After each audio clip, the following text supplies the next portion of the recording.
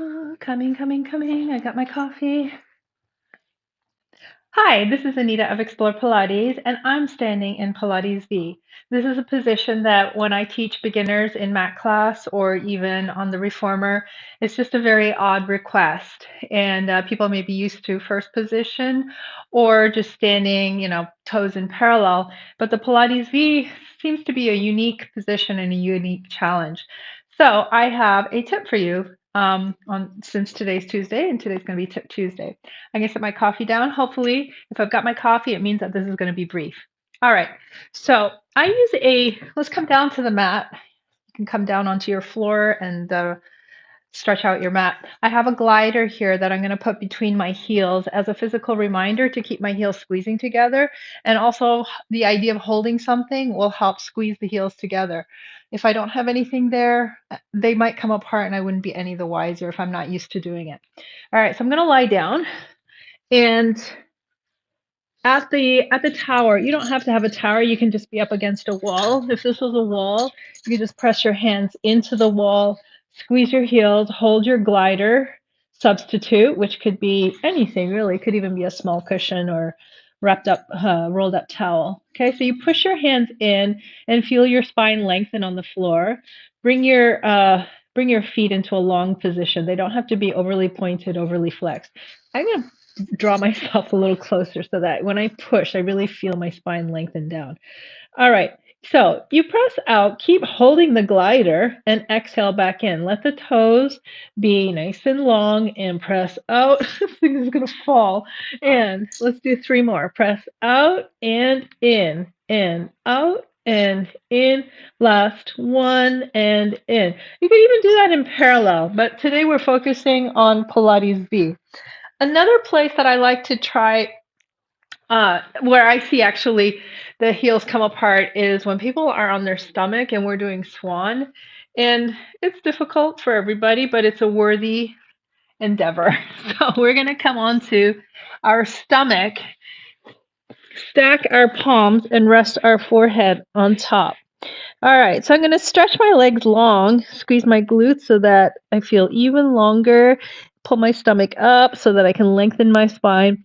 I'm going to exhale, bend the knees and bring the feet towards the hips, and inhale, legs long. Here's 4. And inhale, exhale. 3, and exhale. 2, exhale. I may have added an extra one. Last one, and exhale. Reach the legs long. Squeeze the glutes and float the knees up. We're going to pulse the knees here. So the knees are bent now. And we're going to pulse the feet up. 5, 4, 3, 2, 1. Keep the knees up. Stretch the legs long and lower down. All right. So did you drop your glider substitute, or is it still between your feet?